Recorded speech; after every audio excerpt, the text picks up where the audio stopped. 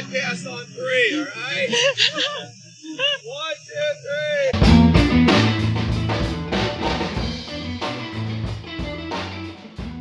3. Is this still from the balloon club, or what the hell is that?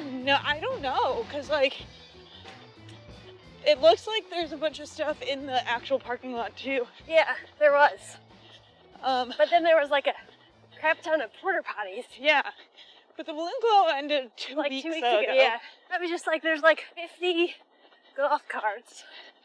This is Fartlek Friday, Fartlek Friday, Fartlek Friday. Gretchen and I are wondering what all this crap is doing in Forest Park. In our park. Get out of our park. It's rather chilly. Oh my goodness. This is the chilliest run I've ran since the spring for sure. Mine was probably Munich.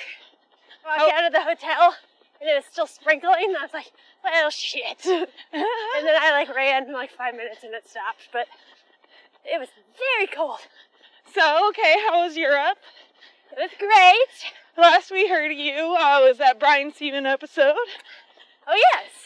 Yeah, that was the day before we left. Yeah. Crazy. And to the listeners, she took her trip basically before that episode was posted. Yeah. It's interesting to think about. So. Yeah, it was really good. Went to Munich, Salzburg, Holstadt, and Vienna. And then that was a part of a tour. And then we flew from my husband and I, that's weird. Matt and I. You do not refer to him as your husband? I mean, I do, but like you know him, so I can say Matt. The listeners. The listeners don't maybe all know him. Yeah, yeah. Anyways, so, and then we flew from Vienna to Ireland. Matt did not kill us driving on the other side of the road. Oh. It was very scary though. The Yeah. roads, especially like the quote-unquote countryside, those roads are freaking narrow and curvy as shit. Oh.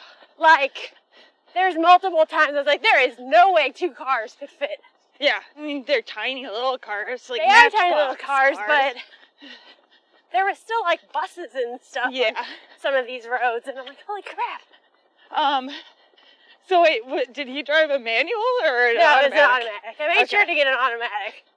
To not I mean, because he would be also driving, Yeah, yeah. like using his other hand. Does he know manual? He does, yeah. Ooh. So did you get to go running while you were in Europe? I did. Traveling? I would say, ew. God, that was awful.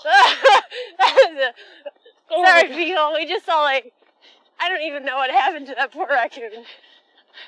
Got massacred. Poor guy. Anyways, I once accidentally scared a raccoon while I was out on my run, and it ran into the traffic and died. Oh my gosh, you raccoon killer! I know. I can't I say still that. feel guilty about it. Yeah, I can't say I've done anything like that. It was raining outside too. I was trying to warn the raccoon that it was like, don't go that way. well, and I was like trying to warn it that I was nearby, and then it saw me, and then it sprinted, and I was like, no. All right, so you're up. Guy. Yeah, so running. Yes, I did run some. I would say more of the beginning of the trip because I got sick about partway through, and like the person that I am, I took some days off. Good. I would say, I don't know. So I ran at Munich and Salzburg, and then in Ireland I ran in Dingle. Yeah. I guess I ran a little in Kinsale, and then Dublin.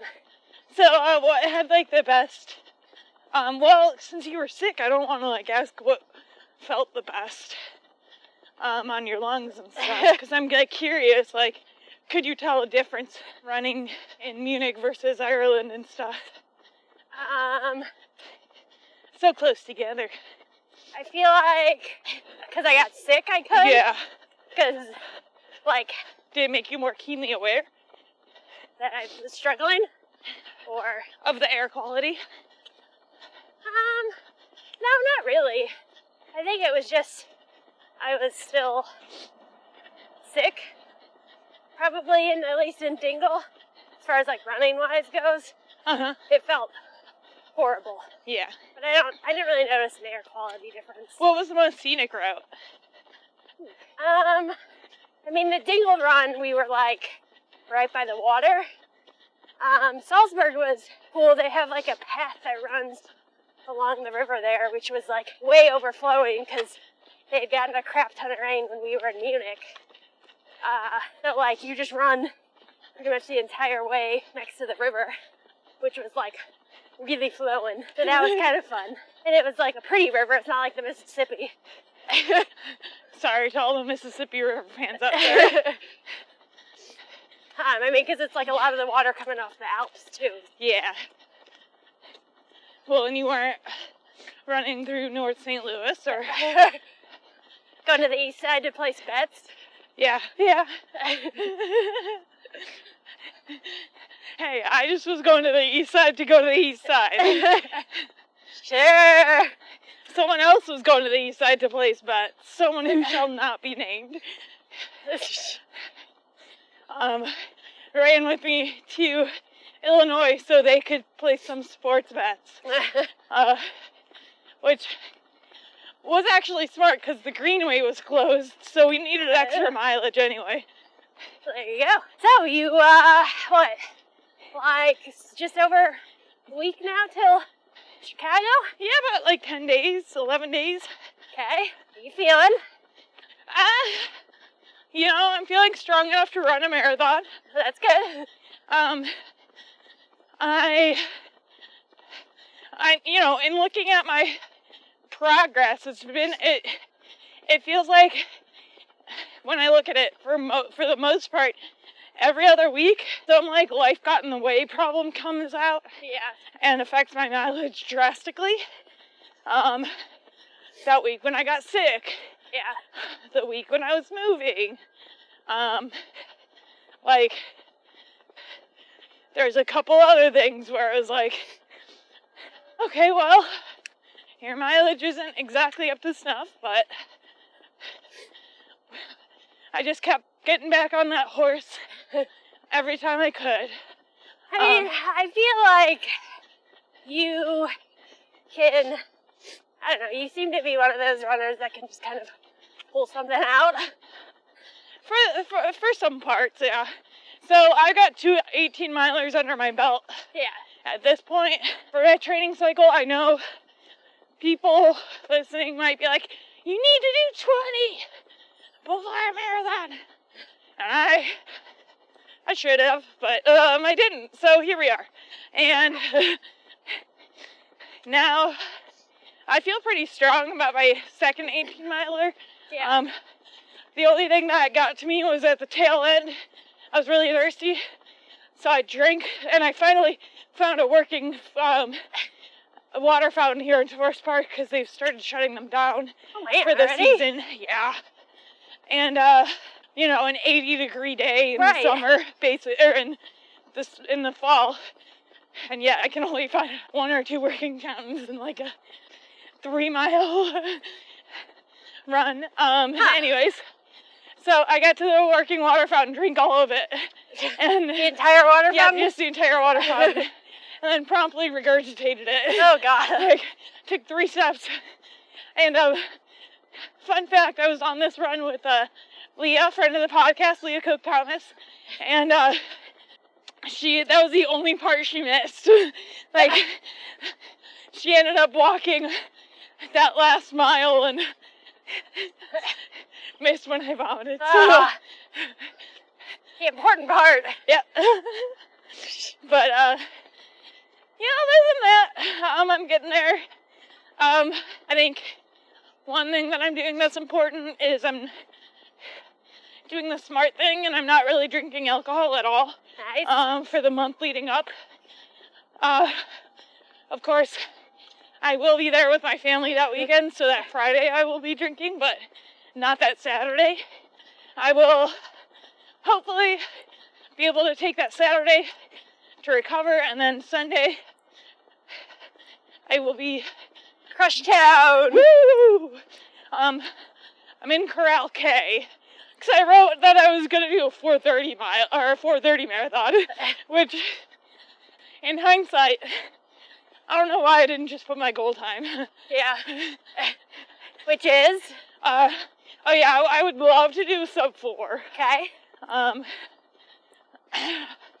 We shall see. Okay. Well, I will be tracking, and I just love to turn the marathon on. Woo! Coverage is kind of entertaining sometimes. Yes. Maybe you'll see me. Yeah. Or one of the several other friends that we have running, including friend of the podcast, Laura Philla. Friend of the podcast. But I am running the Mocowbell half. I You have officially registered. You did? Alright. In a random act on my part, I decided it would be smart to just take it as a long run, since we'll already be there, and then spend the before and after recording and cheering people on. So, Woohoo! I'm really excited. Yeah, that'll be fun. It's been months since I've done a half, maybe even over a year. So I'm excited to do what is arguably one of my preferred distances. Now I'm like, when's the last time I did a half? Last year at Cowbell? No, go. Oh, okay, Yeah, yeah. Yeah, I've been avoiding racing. Too much, because I overly raced in my life before. In your previous life? Yeah, previous life, pre-podcast, and so I didn't want to do that. Also, it costs money. Yeah, I've kind of burnt myself out a little bit on the cowbell course. Yeah, I've only ran it once. Well, that was last year, right? With Yep. the fool? Yeah. So, Yeah, the fool is definitely a different animal than that half. I'm excited for the half, for the mimosa table, and around mile 5. I won't be drinking it, but I do love the vibes. I feel like you need to, like, cheers them with your water bottle. Yeah. Also, I just realized that I didn't do my workout, which whatever. I'll just get another 3 miles in. Or 4 miles, whatever I end up running. Whatever, around the park. Well, that's 6. I'm not doing 6. It's usually like 5.6. Not a full 6. Well, I'm going in at 2.5. Okay. Because I want to go home. Are you just going to turn around, or? I'll somehow figure out how to go to the middle, or wherever the visitor center is. How is indie training then? Well, I felt very confident before I left. I did a 14-mile long run the day we flew out with a workout in it, and it felt good, challenging. And then the first few days of the trip I felt still fine, and then I got sick, and definitely don't feel as strong right now. I mean, I'm about a week and a half since I got sick. By the way, to the listeners, I did get sick, and I avoided seeing Gretchen. You did. So I didn't get her sick. Yeah. There were multiple opportunities that I canceled on her. So, I mean, maybe it was just destined. I was bound to get sick. I'm just glad that I wasn't the cause. Nope.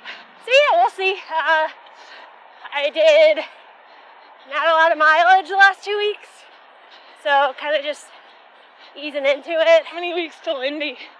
I think it's like 5. Okay. So, I have time. Yeah. And if I don't decide to race it and just run it, I'll be fine. I mean, I can always hop into, like, I don't know, the track club half or do a half when it gets in the winter, Yeah. not the summer. So we'll see. I won't be heartbroken if I don't race Indy.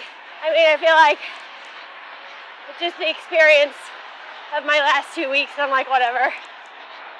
Well, so speaking of racing, I want to talk about the doggy dash.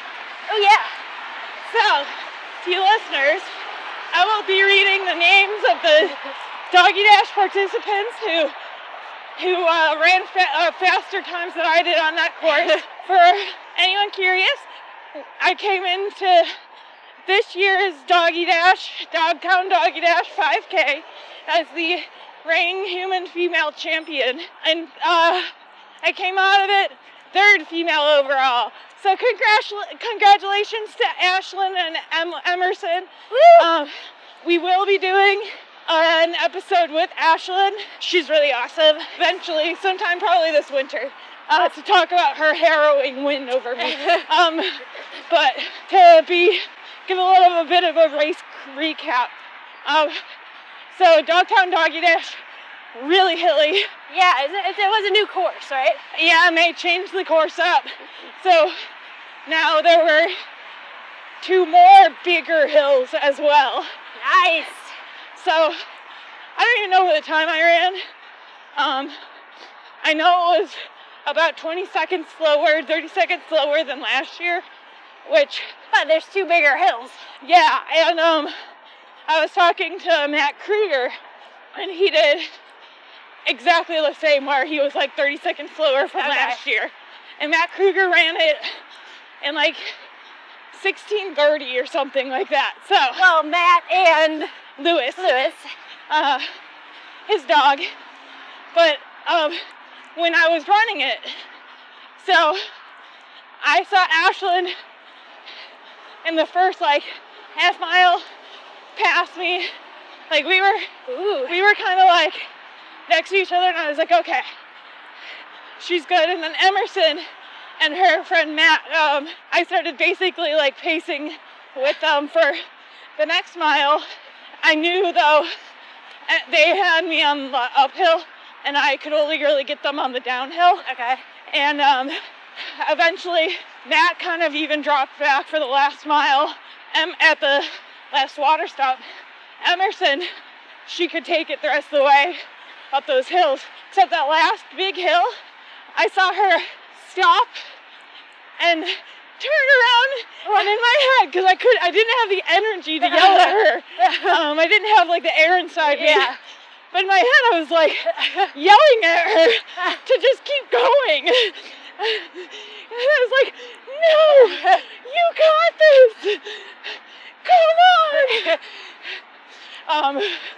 So clearly in my heart of hearts, I didn't really care if I won or lost. Yeah. So that was really amazing. JC did a fantastic job with the doggy dash. There were 300 something humans and then 177 dogs. Ooh, wow. That's a lot of dogs. Yeah. And there, from what I could tell, there weren't any major dog issues, even with the mascot running around. That was like my biggest fear, that one of the dogs would chase Lucky. Yeah. They did get afraid of him though sometimes. And that was the funniest thing, when the dog would be like barking at Lucky. Like, I know you're a human in there. Yeah. You're not real. What is this imposter? Yeah, love for the doggy dash. Recommend it for next year. Even if you just want to come out and cheer on the pups. Yeah, I need to come next year. Hopefully I will not be on a trip, and I can go and at least cheer if I don't want to run it. Woo! Duke will not be participating though. Aw, poor Duke. He's crazy. We love him. Alright, well, that's it for this episode of Fartlek Friday. Alright, sounds good. Can't wait for whatever next episode I decide to post will be. I know, what's it gonna be? Is that like nut or something? Yeah, I was like so confused. So, where do you want to go? I don't know. Which way do I go? You can go either way. Yeah. This is the long way. That's probably the short way. I'm gonna go short way. Alright. Alright. Bye, guys. Bye-bye.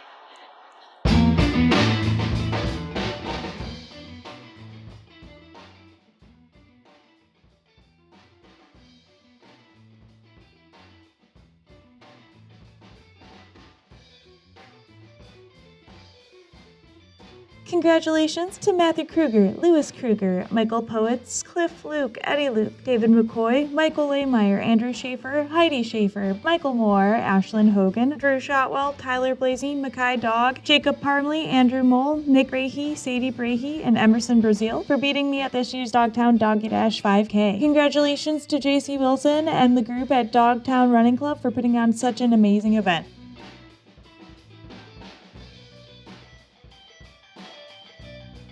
That's it for this episode of Happy Pace. Like this episode and channel if you found your happy pace while listening. Subscribe to us on Spotify, Apple Podcasts, and YouTube. You can find us on social media at happy_pace_podcast on Instagram and TikTok. Email us happypace@houseofmachka.com if you have any questions, comments, and ideas for guests.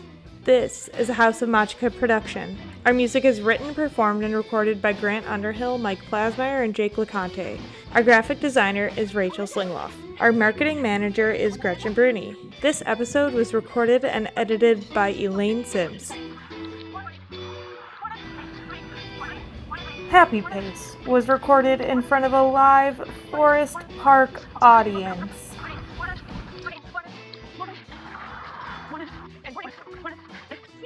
Morning, somebody get back up here. Hey guys! Some of the bigger racing team. That's perfect. That was perfect. Morning, bye. Morning. Oh, hey, Rita! Doing a podcast. We're recording right now. Elena's recording the next podcast. Yeah. It's a good thing I'm smiling. Hi, Haley. Haley, yay! Morning. Say hi. Morning. Hi, Sarah. Hi, Lauren. Morning. Hey,